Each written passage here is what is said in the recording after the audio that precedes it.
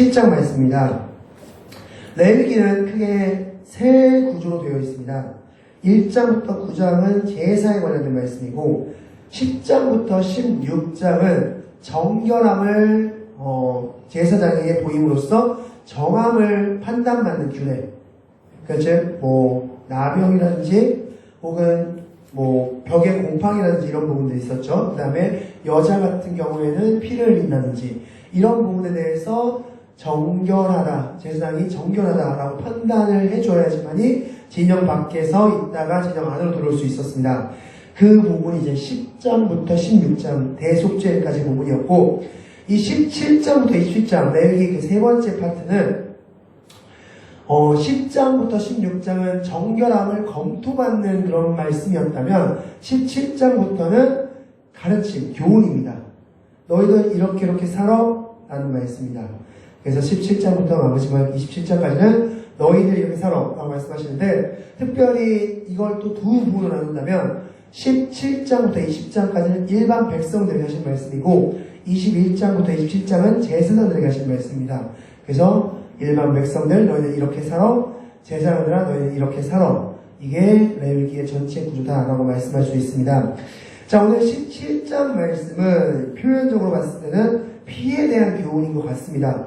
그래서 사실 이 말씀은 어마어마한 비밀이, 그리고 말씀이 숨겨져 있다는 것을 기억하시면서 오늘 말씀을 들으시기 바라겠습니다. 자, 오늘 말씀의 구조는 굉장히 간단합니다. 1절부터 9절 말씀은 짐승의 도축 문제를 말씀하고 있고 10절부터 16절은 피를 먹음에 대한 문제를 말씀하고 있습니다. 이 두 말씀이 어떤 말씀인지 말씀을 통해서 보겠습니다. 질문은 이것입니다. 오늘 본문의 핵심 메시지는 무엇일까? 단순히 피의 문제일까? 이것에 대해서 같이 말씀을 통해서 보도록 하겠습니다. 오늘 말씀을 보기 앞서 질문을 하나 드리겠습니다. 여러분, 선짓국 드십니까? 선짓국 드시나요? 예, 선짓국, 즉 응열 상태에 있는 소나 돼지의 피에 온갖 야채, 뭐 시래기를 비롯해서 온갖 야채를 끓여놓고 맛있게 끓여서 대접하는 음식이 뭐 선짓국이죠. 여러분, 선짓국을 드십니까? 또한 질문이 있습니다. 수혈을 받으십니까? 혹시 수혈 받아야 될 상황이라면 여러분 수혈을 받으시겠습니까? 물론 그런 상황이 없어야 되겠지만 수혈, 즉 내 몸에 피가 부족할 때 다른 사람의 피를 내 몸속에 투약한 행위, 이게 수혈일 텐데, 여러분 수혈을 받아야 될 상황이 있다면 수혈을 받으시겠습니까? 자, 이 두 가지 질문을 왜 드렸을까요? 바로 오늘 본문 말씀과 연결되는 부분이기 때문입니다. 여호와의 증인이라는 사람들이 있습니다. 그들은 오늘 본문 말씀, 그리고 사도행전 15장 20절 말씀, 그리고 창세기 9장 4절 말씀, 이런 말씀들을 근거로 해서 선짓국을 먹지 않고 피 수혈을 받지 않습니다. 이유는 오늘 본문 말씀 한번 11절 12절 말씀 한번 읽어보겠습니다. 11절 10절입니다. 11절 12절 다 같이 읽겠습니다. 시작! 육체의 생명은 피에 있습니다. 내가 이 피를 너희에게 주어 대단에 뿌려 너희의 생명을 위하여 속죄하게 하였나니 생명이 피에 있으므로 피가 죄를 속하느니라. 그러므로 내가 이스라엘 자손에게 말하기를 너희 중에 아무도 피를 먹지 말며 너희 중에 거류하는 거류이라도 피를 먹지 말라 하였나니. 아멘. 바로 이 말씀을 근거로 해서 피를 먹지 말라고 했기 때문에 우리는 피와 관련된 음식, 선짓국을 먹지 않으면 피가 조금이라도 섞인 뭐 소세지나 이런 것도, 순대나 이런 것도 먹지 않는다. 그리고 수혈이라는 것은 몸에서 피를 먹는 행위이기 때문에, 내 몸이 피를 먹는 행위이기 때문에 수혈도 받지 않겠다. 그래서 뉴스에서 자주 접하는 소식이죠. 여호와의 증인이 속한 그 사람들 중에 자녀가 수혈을 받아야 될 상황이어도 차라리 우리는 수혈을 거부하겠다, 차라리 죽겠다 라고 하면서 자녀를 죽이는 그런 행위라는 그런 문제들이 발생하고 있습니다. 이 이외에도 군대를 거부한다든지 병역을 거부한다든지 아니면 결혼을 여호와의 증인들끼리만 하속한다든지 이런 식의 것들이 있죠. 그 외에도 여러 가지 문제를 일으키고 있는데, 자, 그렇다면 여호와의 증인 이들의 주장처럼 오늘 이 17장 이 본문이 정말로 피를 먹지 말라는 본문인가? 만약 그것이 정답이라면 우리도 피와 관련된 음식을 먹지 말아야 됩니다. 당장 선지국을 먹지 말아야 되고 소세지도 순대도 먹지 말아야 됩니다. 그리고 수혈도 받으면 안 됩니다. 먹는 행위이기 때문에. 자, 그렇다면 오늘 본문은 정말 그런 의미일까? 자, 오늘 본문을 비롯해서 레위기 전체를 해석하는 방식을 먼저 말씀드리겠습니다. 자, 레위기 전체를 해석하는 두 가지 키워드. 레위기는 언제 쓰여진 말씀, 즉 이 당시 상황은 어떤 상황입니까? 지금 레위기는 어디에서 하나님께서 지금 말씀하신 말씀을 기록해 놓은 것입니까? 바로 시내산이죠. 모세가 시내산을 통해서 시내산에서 하나님께 받은 메시지를 적은 메시지가 레위기입니다. 자, 그렇다면 이 시내산에 왜 지금 이들이 있습니까? 애굽에서 출애굽한 겁니다. 애굽에서 나온 겁니다. 애굽에서 430년 동안 노예 생활로 있다가 이들이 나온 것입니다. 즉, 이 레위기를 읽을 때 중요한 포인트는 무엇이냐면 이들은 애굽에서 430년 동안 살았다. 이걸 잊어서는 안 됩니다. 성경을 해석할 때는 그때 당시의 상황, 그때 당시의 문화를 정확하게 이해해야지만이 정확히 해석할 수 있는 부분들이 많이 있습니다.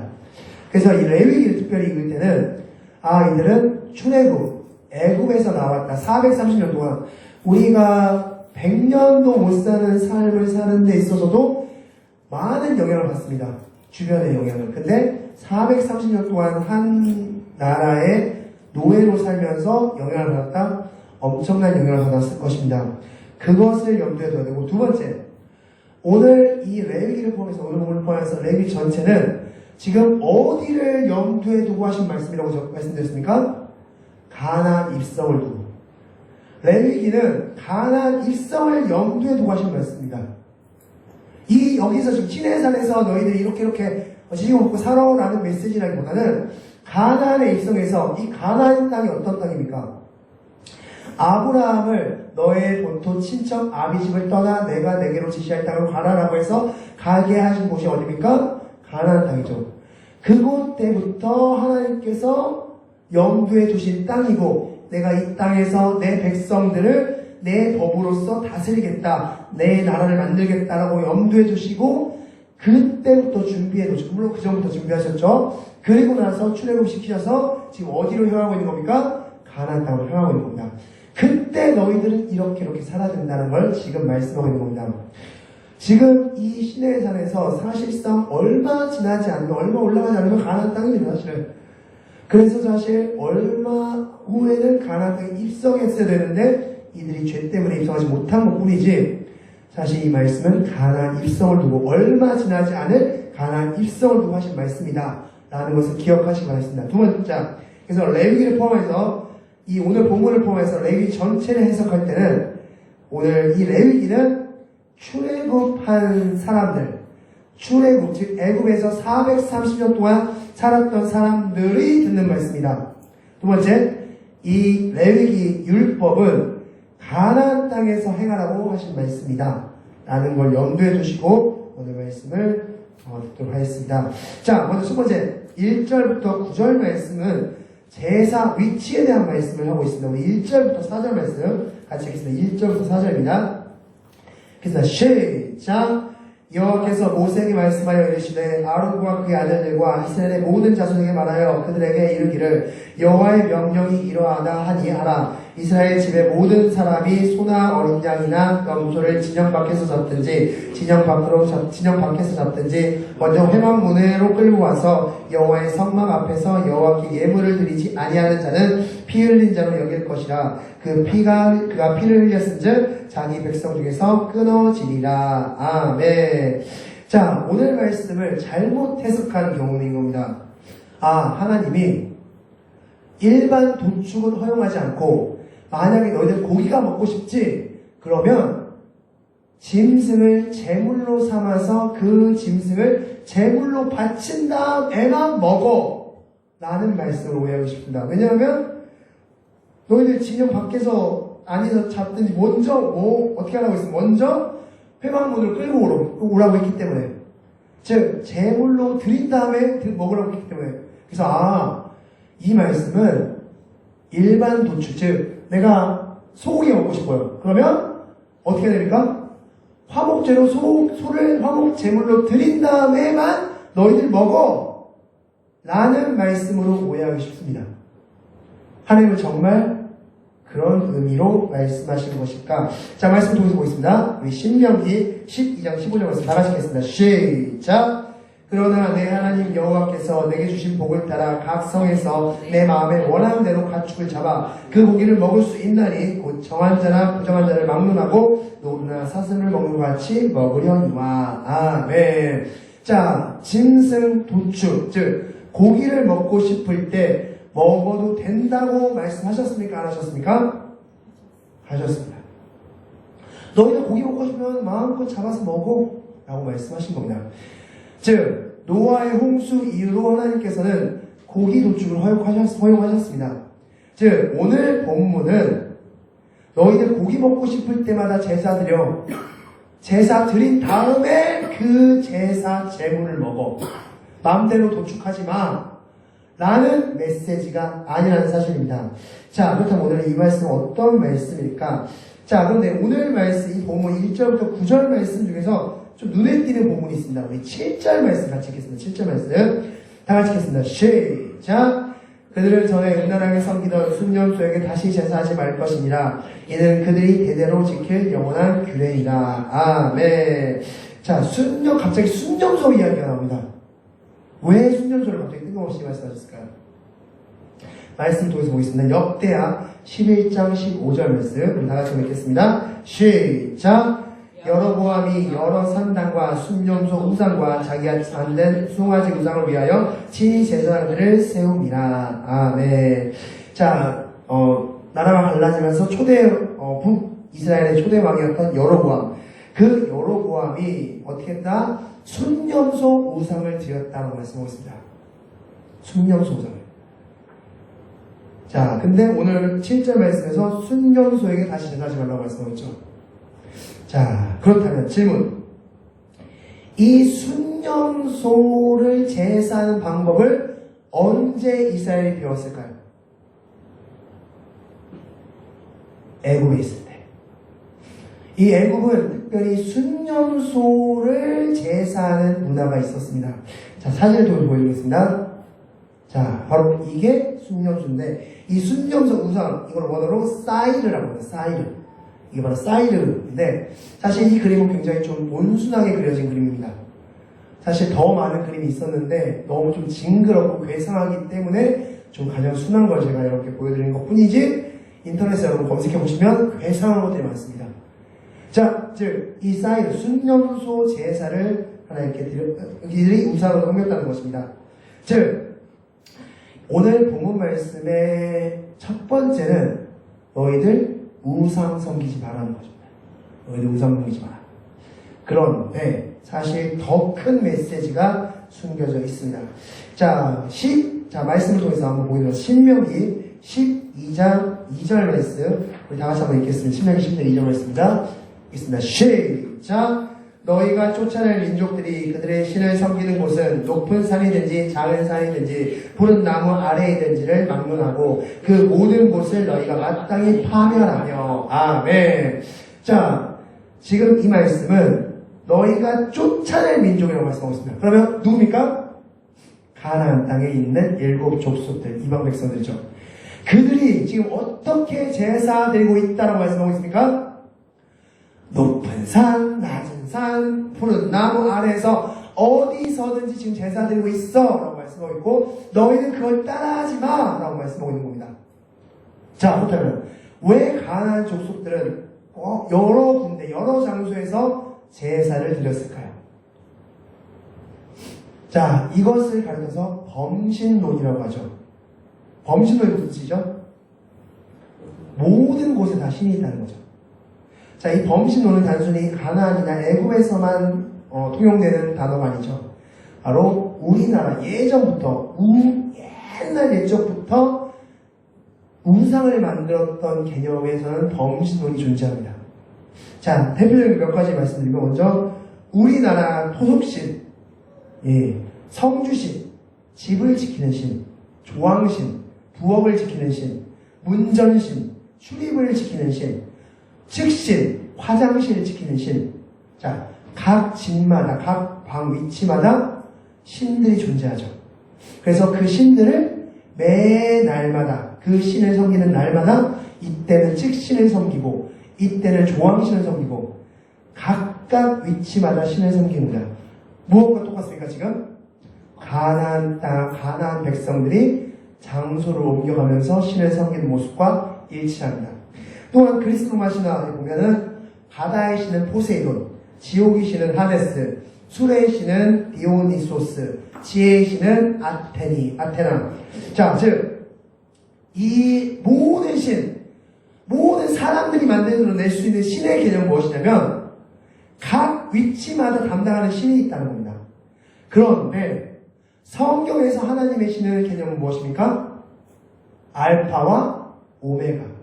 태초에 하나님이 천지를 창조하셨느라 모든 걸 통솔하는 한 명의 신입니다. 한 분의 신. 인간은 그 개념을 만들어낼 수 있다 없다? 없다는 겁니다. 인간은 모든 걸 처음부터 알파부터 오메가까지를 통솔하는 신 개념을 머릿속으로 만들어낼 수 없는 겁니다. 그래서 각 위치마다 신을 둔 겁니다.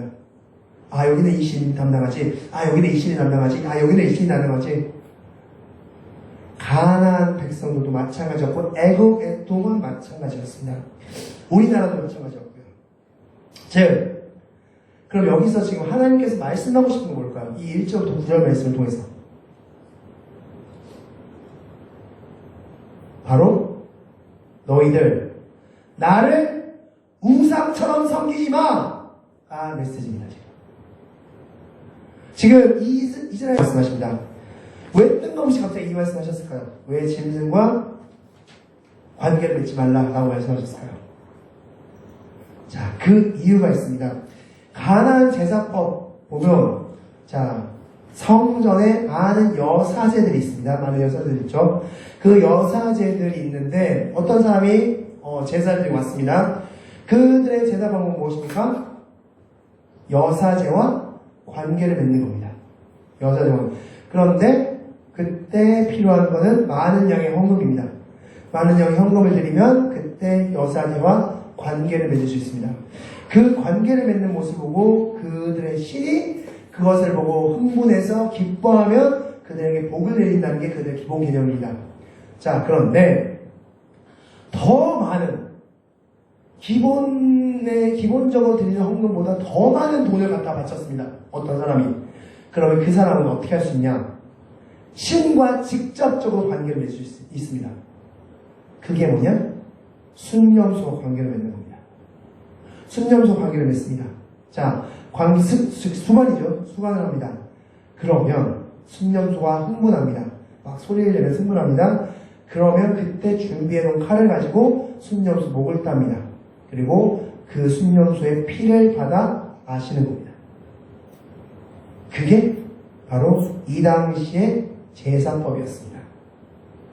자, 그럼 왜 피를 마실까요? 왜 피를 마실까? 바로 그 신의 능력이 나에게로 들어온다는 겁니다. 그 신의 능력이 나에게로 들어오기 때문에 그들은 그렇게 했다는 것입니다. 즉, 이 피를 마시지 말라, 피를 먹지 말라는 것은 바로 너희들 하나님을 하나님답게 예배하라는 것입니다. 너희들 그것을 통해서 너희의 문제를 해결할 수 없다. 그 짐승, 순념소를 잡고 피를 마시는 그런 행위를 통해서 너희들 문제를 해결할 수 없다라고 말씀하시는 겁니다. 레위기 19장 26절 말씀에도 동일하게 말씀하고 있습니다. 피째 먹지 말며 점을 치지 말며 술법을 행하지 말며. 즉 피를 마시는 것, 피를 먹는 것과 우상 섬기는 것을 동일시 말씀하고 있습니다.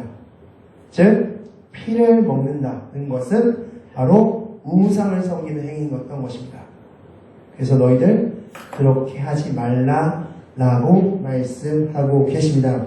즉 하나님께만 제대로 예배하라라고 말씀하시는 겁니다.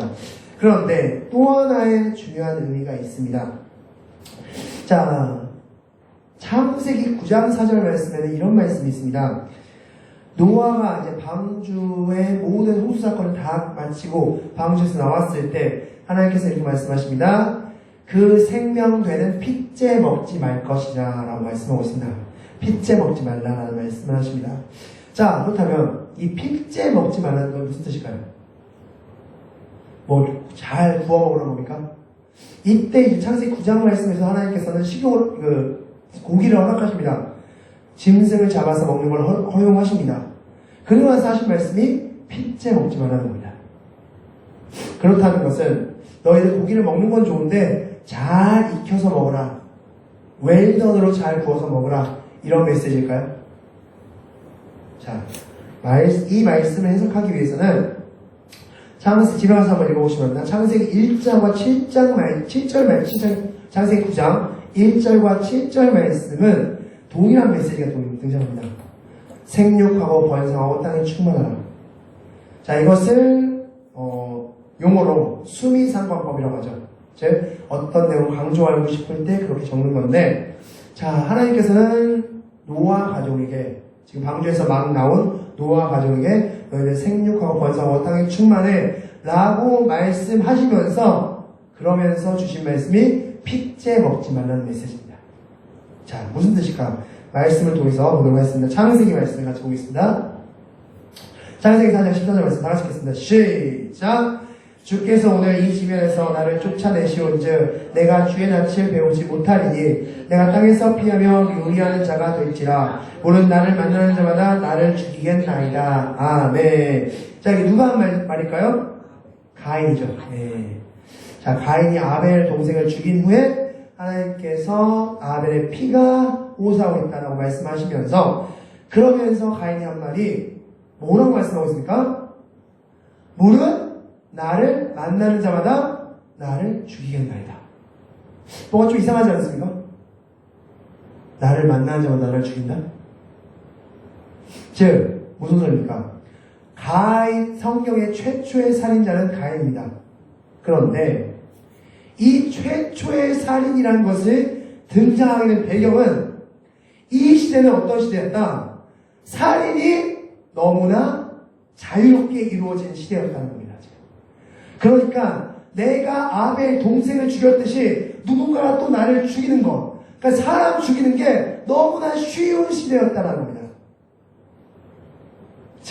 그래서 가인이 복잡하고 있는 겁니다. 나를 누군가 또 죽일 거야. 나를 또 죽일 거야. 지금 내가 살고 있는 이 시대는 생명을 소중히 여기지 않는, 죽음을 살인을 쉽게 여기는 그런 시대인데 나를 누군가 또 죽일 거야 라고 생각하고 있는 것이죠. 말씀을 보겠습니다. 자, 23절 말씀을 다시 한번 읽겠습니다. 시작! 라멕이 아내들에게 이르되 아다와 실라여 내 목소리를 들으라. 라멕의 아내들이여 내 말을 들으라. 나의 상처로 말미암아 내가 사람을 죽였고 나의 상함으로 말미암아 소년을 죽였도다. 아멘. 라멕이 뭐라고 얘기했습니까? 그의 두 아내에게 나 사람 죽였어. 자, 이게 지금 라멕에 있어서 어떤 내용입니까? 죄를 고백하는 겁니다. 마치 경찰서에서 제가 사람을 죽였습니다. 죄송합니다. 뭐 이런 느낌입니까? 아니죠. 굉장히 자랑스럽게 얘기하고 있죠. 지금 나 기분 나빠서 사람 죽였어. 나 별로 마음 불편해서 사람 죽였어. 지금 가인이 살고 있는 시대가 지금 그 라멕이 살고 있는 시대를 이어서 동일하게 보여지고 있는 모습은 뭡니까? 사람 죽이는 게 너무나 쉬운 시대입니다. 그 라멕의 말이 다 끝나고 나서